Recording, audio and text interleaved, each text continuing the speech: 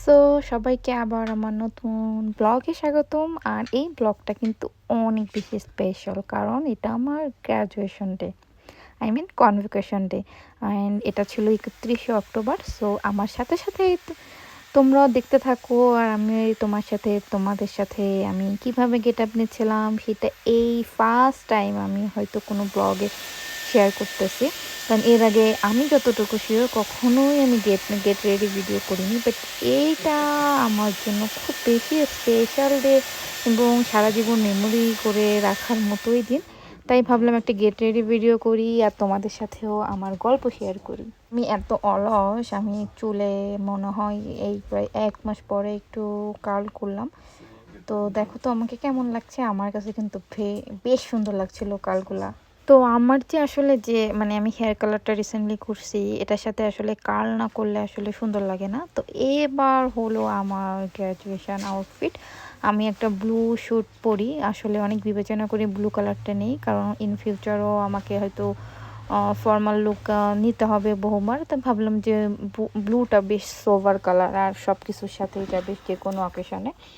তো সব কিছু মিলে এখন আমি একটু ঢং করব আমার এই যে গ্র্যাজুয়েশন হ্যাট।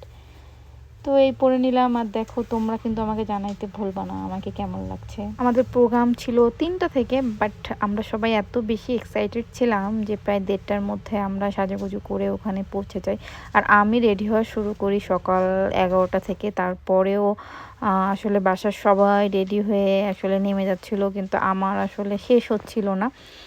তো যাই হোক, এই দিনটা আসলে বলে শেষ করা যাবে না। এই দিনটার জন্য আসলে আমরা যারা হায়ার স্টাডি শেষ করি তাদের সকলের একটা দিন, মানে বিশেষ দিন, কারণ এই দিনটা আমাদের জীবনের পড়াশোনার অধ্যায় শেষ হয়ে যায় আর কি।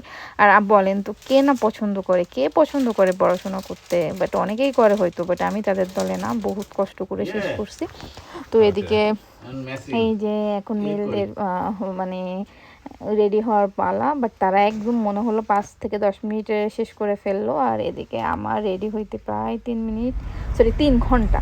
তো এভাবে আমরা অন দ্য ওয়ে আমাদের প্রোগ্রামের দিকে যাচ্ছি। তো সে পর্যন্ত সকলে ভালো থাকেন।